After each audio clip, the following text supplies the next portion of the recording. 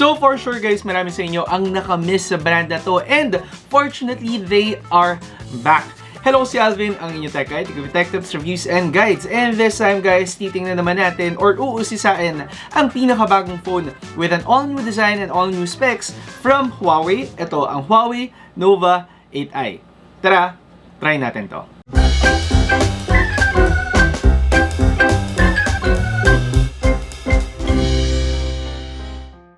Ayan, so medyo natutuwa lang ako sa buhok ko ngayon kasi nag-cooperate siya. Pero ayun, simulan na nga natin guys ang review ng ating Huawei Nova 8i. And of course, from the track record din naman talaga ng Huawei, ang Huawei Nova series talaga yung mga affordable mid-range phones natin na talagang nagde-deliver ng magandang performance, especially sa ating camera. Pero syempre, bago tayo mag-dwell sa performance ng ating Huawei Nova 8i, doon muna tayo sa unboxing ng ating phone. So unboxing the Huawei Nova 8i guys, makikita natin siya sa very trademark puting Huawei na box niya. Actually, very nostalgic yung feeling kasi medyo matagal-tagal tayong hindi nakapag-release ng mga Huawei phone. So, unboxing the Huawei Nova 8i guys, makikita nyo ang isang slip kung saan nakalagay yung how to find apps. And of course, ayun nga ang guide natin on how to download apps using the Huawei App Gallery. Through the Huawei App Gallery guys, na-download ko yung mga apps katulad ng Mobile Legends, TikTok, and many more. So, mamaya, pag-usapan pa natin on how to download apps, i-unbox muna natin ang ating phone. Other than that guys, syempre yung mga typical na mahanap natin sa mga phones, ang ating SIM ejector tool, ang ating mga documents, and of course, a clear jelly case. Underneath nyan, makikita nyo na ang inyong Huawei Nova 8i na unit na masasabi ko napakaganda nga naman talaga ng kanyang design. Other accessories pa guys, or other contents ng ating box ay ang ating USB Type-C cable. Tapos meron nakatago dito sa gilid na fortunately meron din tayong wired earphones para sa Huawei Nova 8i. And then last, ang ating 66-watt fast charger. So, aside doon sa mga contents na yun guys, yun na ang laman ng ating box. Focus na tayo ngayon sa ating Huawei Nova 8i. So, syempre, dito muna tayo sa design ng ating Huawei Nova 8i. At ano ba ang masasabi ko guys? Ang itsura ng Huawei Nova 8i ay talaga nga namang napakaganda para sa isang mid-range phone. Ito guys ha, sasabihin ko na, so far, para sa akin, sa lahat ng mga phones na na-release ngayon 2021, definitely, ang Huawei Nova 8i ang isa sa pinakamaganda, or actually para sa akin, pinakamagandang mid-range phone na na-release ngayong 2021 period. Kasi tingnan nyo nga naman talaga ang napaka-statement ng itsura ng ating Huawei Nova 8i. Meron tayong napakalaking camera setup dito sa gitna na very attractive and well done. Hindi siya too much and hindi rin siya too average na talagang yung ibang phones ay magkakamukha na sa panahon ngayon. Medyo inspired yung ating design from the Huawei Mate 40, yung isa sa mga flagship phones na na-release ng Huawei. And ano nga ba talaga namang mag-argue ko dito? Syempre kung makakakuha ka ng flagship design on a mid-range phone, tuwang-tuwa ka talaga. Ang sa akin, pinaka-na-appreciate ko talaga, syempre, on a mid-range phone, very fresh yung itsura niya. Hindi yung medyo magkakamukha na ng mid-range phones na na-release ngayong 2021. Yun nga lang, ang main concern ko for this color na meron tayo, and more likely doon sa ibang mga colors din, since glossy yung finish ng ating back design, medyo smudge magnet talaga ang ating Huawei Nova 8i. Fortunately, since may kasama na tayo na jelly case dito sa phone na to, may iwasan naman natin yan lalo na pag nagagamit natin ang ating phone. Other than that guys, overall sa design ng ating Huawei Nova 8i, ayun nga para sa akin, waging-wagi siya sa mga mid-range phones natin ngayong 2021. Perfect para sa mga naghahanap ng mga mid-range phones na very attractive, very eye-catching, yung gusto talaga nila statement piece yung phone na ginagamit nila.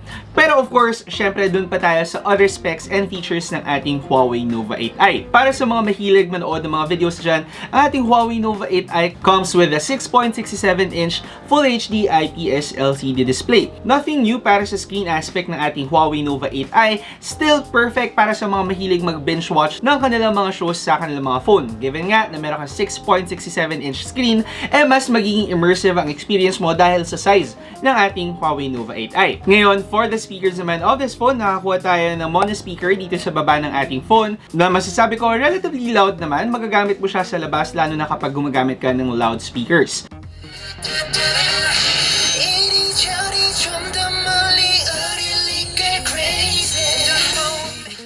Ngayon, sa right side ng ating Huawei Nova 8i, makikita ang kanyang lock button that also doubles as a fingerprint sensor. Very reactive, very responsive, nakakatuwa for a mid-range phone. And then, ang ating mga volume buttons. Sa taas, nakalagay ang kanyang headphone jack na fortunately nakikita natin dito even for a 2021 mid-range phone. Ngayon, dito naman sa bottom side niya, again nga, ang ating mono speakers, ang ating USB Type-C cable, and finally, ang kanyang SIM card tray. Na-appreciate ko actually yung medyo matte color dito sa gilid ng Huawei Nova 8i, nakakadagdag sa pagiging classy ng ating phone. And bago ko malimutan yung napaka-curved na back design nitong ating Huawei Nova 8i, medyo na-miss ko. Kasi karamihan ng mga phones ngayon na nare-release, medyo naging boxy na or angular yung mga sides ng kanilang mga phone. So dito, mas pansin ko na mas komportable nga namang hawakan ng ating Huawei Nova 8i. Aside pa dyan guys is yung battery ng ating phone. So for this phone guys, meron tayong 4,300 mAh battery. Good enough na naman para talagang magamit nyo all throughout the day. So for this phone guys, nung nag-try ko maglaro dito sa ating Huawei Nova 8i, inabot ako ng around 20% for every hour na naglalaro ako dito sa Huawei Nova 8i. So hindi siya magiging problema kung syempre naglalaro kayo sa inyong mga phone. Meaning mga 5 hours bago makonsumo ang buong 100% natin, which is masasabi ko a little above average performance para sa isang mid-range phone. Aside pa dyan guys, yung pinaka nakakatuwa sa Huawei Nova 8i is yung kanyang fast charging. For this phone kasi guys, yung included na charger na nga natin is naka 66 watt fast charging na. And after ko siyang i-charge after niya malobat, within 1 hour, actually less than 1 hour, na fully charged na kagad natin ang ating Huawei Nova 8i. Actually, within 40-45 minute mark, naka 100% na kagad tayo. So if ever man na maubusan kayo ng battery, sobrang chill lang, isasaksak mo lang kagad yung phone mo. Tapos, less than an hour, kaya na kagad mag-run ng phone mo for the rest of the day. So very convenient considering nga na ito ay isang mid-range phone. Usually kasi yung mga fast charging, super fast charging nakukuha natin sa mga high-end na mid-range phone. Ito yung mga nasa mas mura or affordable end pa na mga mid-range phone. So at least meron tayong nice feature na ganong nakukuha. Ngayon, as with any Huawei Nova phone naman, alam natin ang pinaka-highlight talaga ng mga phones na yan ay ang kanilang camera performance. And syempre, pinot natin sa test ang camera ng Huawei Nova 8i na merong quad camera setup sa kanyang likod. So for the rear camera guys, nakakakuha tayo ng isang 64 megapixel wide angle main camera, isang 8 megapixel ultra wide lens, a 2 megapixel macro lens, and then a 2 megapixel depth sensor. Dito naman sa harap niya ay meron tayong 16 megapixel wide angle main camera at ito ang mga results na nakuha natin with the Huawei Nova 8i. Masasabi ko sa camera performance ng Huawei Nova 8i talaga nga namang palaban na palaban ang phone na to. Surprisingly, para sa mga mas low-end na mid-range phone, yung mga under 15,000 pesos, ito na ata ang pinakamagandang camera performance na makukuha natin. Very little compromise on a more affordable mid-range phone, which is surprising kasi kadalasan, nagkakaroon syempre tayo ng mga compromise sa mga gantong mas mid-affordable na phones. However, sa main camera pa lang natin, makikita na kagad yung ganda ng mga photos na kaya nyo makuha with the Huawei Nova 8i. Very sharp yung mga photos natin, napakaganda ng color, actually less saturated than previous Huawei phones, more on the natural side, pero may enough punchiness or vividness sa mga images na nakukuha natin kung kaya whether gusto mo siyang i-edit or hindi, magandang maganda ang mga photos na makukuha mo. Medyo note lang na for the photos na nakukuha natin, medyo may pagka-contrasty siya minsan, making it easier to edit after mo matake ang mga photos mo, pero at the same time, minsan too dark for my taste na. Para sa akin, ginagawa ko lang, tinataas ko yung brightness whenever taking photos para mas maging bright or less contrasty ang mga photos na natitake natin with this phone. Even in low light performance, maganda pa rin ang mga nakaka-capture ng ating Huawei Nova 8i. So masasabi ko, hindi kayo magkakaroon ng problema taking pictures at night on this phone kahit pa hindi kayo gumamit ng night mode. Syempre, provided na meron tayong magandang light source. Ngayon, sa ultra-wide shots naman natin, maganda rin ang mga photos na nakukuha natin with the Huawei Nova 8i. Granted na maganda nga lang din ang light source natin or may enough natural light tayo sa camera ng phone na to. Para sa mga ultra-wide shots natin, as long as maganda yung light source natin, very sharp ang mga photos natin, hindi nagvivinye, hindi sobrang distorted, and hindi rin nagsosoften ang ating mga edges. Wala masyadong grain, wala masyadong problema sa mga phones na nakuha ko with the ultra-wide lens. Ngayon, zooming in is same results pa rin tayo para sa phone na to. Kung saan very sharp pa rin, napakaganda ng mga colors natin, and kahit mag-zoom in ka, napaka-detailed niya pa rin. So nakakatuwa kasi minsan ka lang actually maka-encounter ng ganitong performance on a mid-range phone.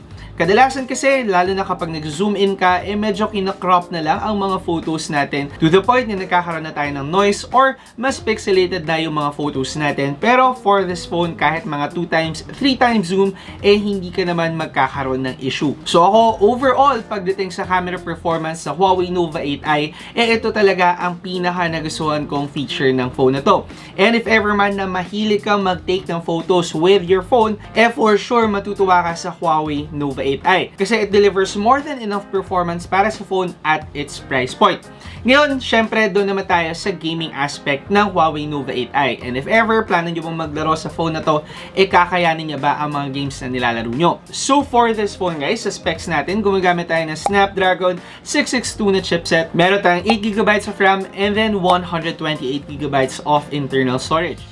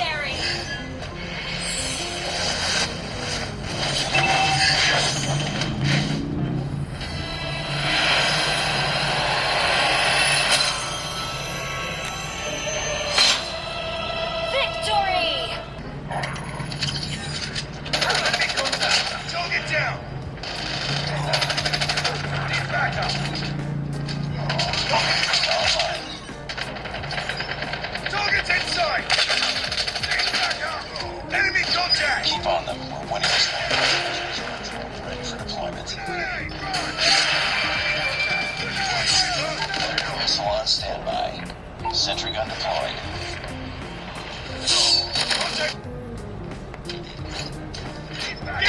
Missile inbound. Enemy contact.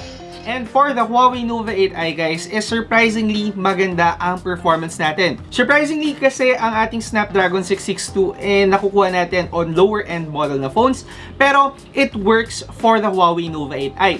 Actually, nakakapag-deliver siya ng sufficient performance para makapaglaro tayo ng mga phones na kadalasang nilalaro natin. And to my surprise, actually nakakapaglaro pa tayo on higher settings or max settings on the Huawei Nova 8i. So if ever kayo mahilig maglaro sa inyong mga phone, I would say na hindi naman kayo madidisappoint sa Huawei Nova 8i. However, more on for casual gaming pa rin ang phone na to. With a Snapdragon 662 chipset, hindi ito yung pinakamabilis na phone for gaming for its price point. However, very sufficient naman para makapagbigay ng casual gaming performance. And ako personally, since casual gamer ako, nakakapaglaro ako ng maayos dito sa Huawei Nova 8i. So no complaints naman on my side. Ngayon kung nagtataka kayo paano tayo nakapag-download ng apps dito sa Huawei Nova 8i, of course, ito nga, babalikan natin yung nabanggit natin kanina na meron na tayong Huawei App Gallery dito sa ating phone. And if ever, ang gagawin mo na lang is isa-search yung mga favorite apps mo sa Huawei App Gallery. Tapos lalabas na yan, ipipindutin mo lang yung download, install. Very typical naman, hassle-free, and more on, mas seamless na yung experience natin to before. So para sa mga confused pa or concerned pa on how to download apps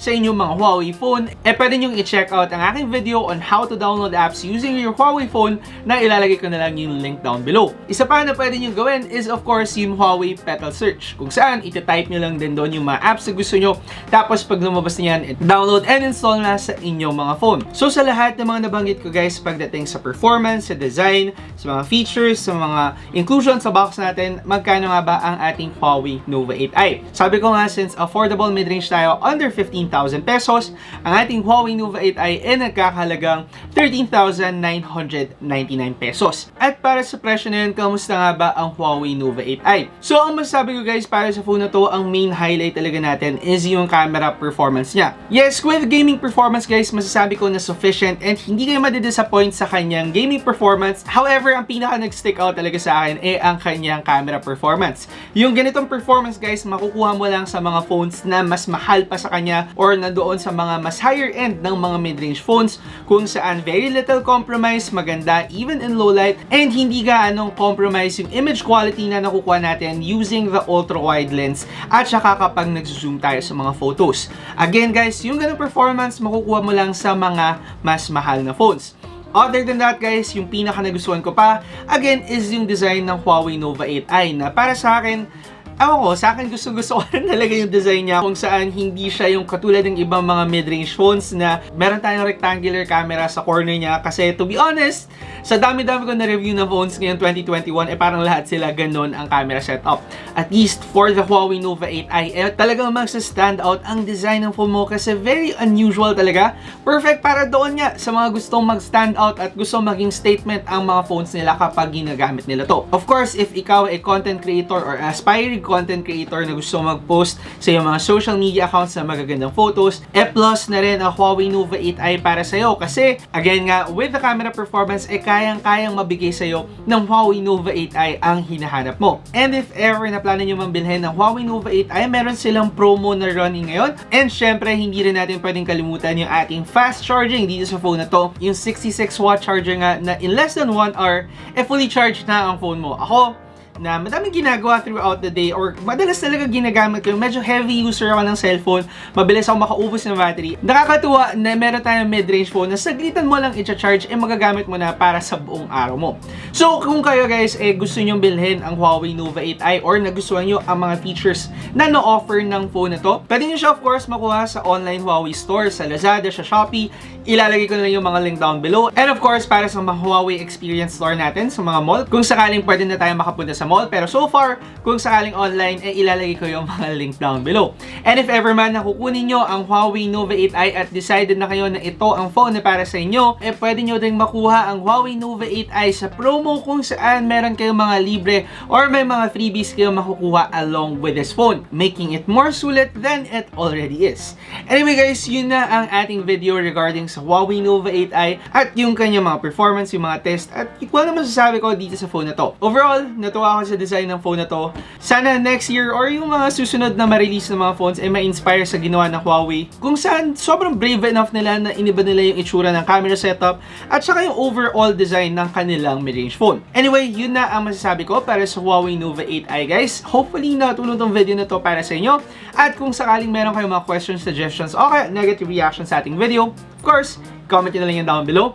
At kung sakaling hindi ka pa nakasubscribe sa ating channel, mag-subscribe by clicking the subscribe button down below at i-hit nyo ang bell icon para ma-update kayo whenever I post videos.